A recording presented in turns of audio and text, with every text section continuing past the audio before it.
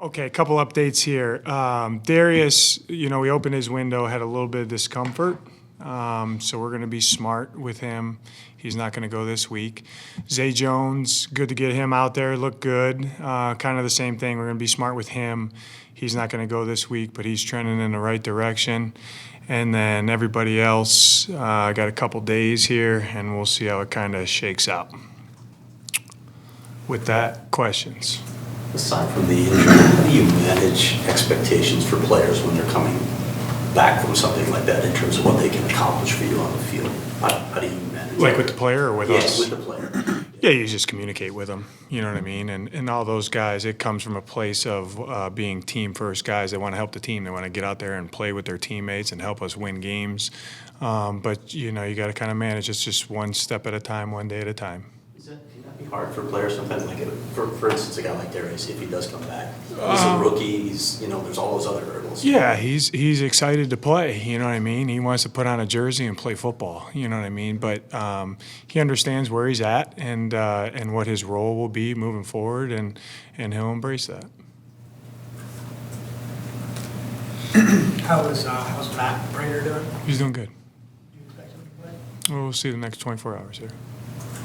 Zay was talking to us yesterday, and he was saying how being able to still be in the building over the past couple of weeks was definitely something that was helpful for him. How helpful is that as a team as you're trying to build the game plan to still kind of have him around in the building? Yeah, it's good just for him to be around ball, you know what I mean, because he missed a little bit of time there, but just be in meetings and get acclimated again. I'm not worried about Zay. He's a pro's pro veteran, you know what I mean? He's smart as they come. So when he's ready to go, he'll go. You had to work on him in the offseason, but did you get enough sense of what he can do for you in this offense, how he might be able to? Yeah, we did. 3-position guy. He's very accountable. He makes plays. Team-first guy, yeah.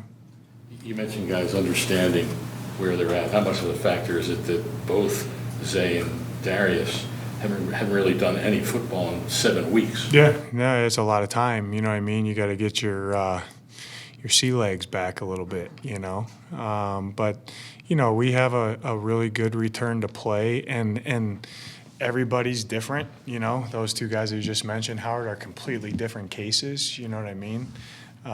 So you gotta have some adaptability with how you're doing that. But our performance team's awesome, and just understanding that there's going to be some known unknowns as those processes go. You got to deal with them and do what's best for the player first, and then what's best for the team. In being a longtime defensive coach, when it comes to takeaways, is there ever a time when it's right to, for lack of a better term, hunt takeaways, or is it always within the concept of whatever you're doing, and if they come, they come? Probably a healthy blend. The first thing you got to have them realize is the value of the ball, which I guys understand that. Then they have to understand when are there opportunities, when they could come up, and what techniques do they use. Our guys understand that. And then within the confines of the defense, there's times where you can be, if you have ball awareness and violence are the two words I use to go along with good technique of forcing takeaways. There's plays where it comes up, and it's a good question, Darren. Certain guys have a little bit of more of a knack for it, you know what I mean? But we point out on the tape, like, here was an opportunity for you. If that comes up again, like, this is a good opportunity to do that. But we have it pretty detailed out. Our guys understand the standard of what that looks like for us. And I think we're doing a pretty good job of it. But we always tell them, like, all it takes is an attempt. You never know. Like, you see certain plays out there in games throughout the league or even with us where it's like, it's good defense beating good offense. The guy has good ball security. It's just a really good play. There's other times where if you just attempt it because you don't know if he has good ball security or not, it might come out. You know what I mean? So, our guy, I would say this, like, our guys understand the value of the ball. On the flip side, and we're talking about guys who have a knack, is McKinney for them one of those guys, and how aware on offense does the whole unit have to be of him? Yes, he has a knack for it, and yes, we are very aware of him.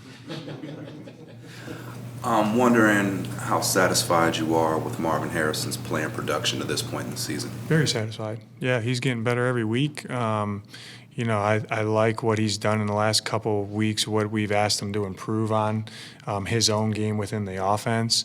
I'm excited for him. Given your background, what do you see when you watch McKinney? Like, what jumps out at you about him? He's extremely intelligent. He's violent. He's got a really good skill set on first, second, third level, and he has a knack for taking the ball away. What kind of a challenge does it pose when a team has not just one or two really good receivers, but 4 or 5 weapons that they use? Like Green Bay, obviously Jaden Reed is probably the number one there, but when they have so many weapons that they can go to. Yeah, the challenge is you could defend everybody extremely well, and you can't put all your assets into one person. The other guys will beat you. So we got to win. We got to do a good job of being connected, winning our one-on-ones, playing to our help, playing to your leverage. Certain coverages, you have different. Your help is in different spots, and you got to play to that help. And we got to make sure we do a good job of staying on top of guys and tackling.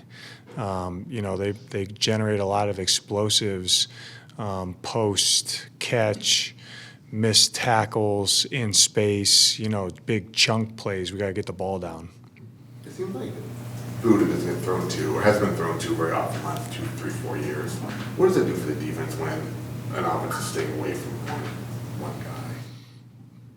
guy? I'd have to go watch the tape if why that's happening or what. I don't. That's not the lens I normally look at. We deploy him in a lot of different ways.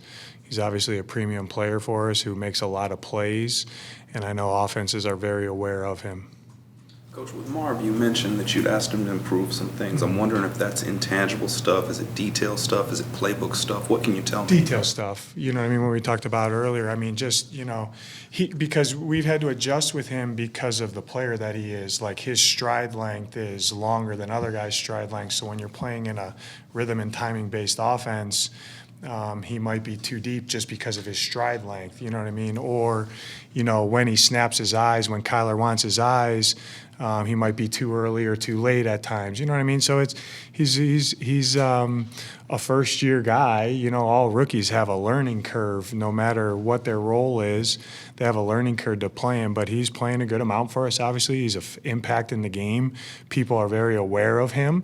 And we got to continue to do a good job to have him get his touches, But I think just with him, it's little details, you know what I mean, which he's very aware of, and he's consistent enough where he's cleaned some of the not mistakes, just adjustments. You know what I mean? We've had to make some adjustments. I'm sure we'll have to make some as we keep going too. He's got this reputation as being really coachable and really easy to get along with. Have you seen that? 1,000%. Yeah, he acts like a 10-year vet. And I love where it comes from. It comes from a place of him wanting to help the team, first. And then secondly is, I want to improve my game. You feel comfortable and confident, whoever it is that's out there at right guard on Sunday? I do. Yeah, I'm excited for those guys to play. Does adrenaline affect stride length at all? Ask them. No, typically not. Adrenaline probably impacts the force that you apply into the ground a little bit more than your stride length. That's my track background right there. How about that? I guess I didn't have enough adrenaline. I couldn't apply enough force into the ground. Run fast, Howard. Maybe it's genetics too. Thanks, Mom and Dad.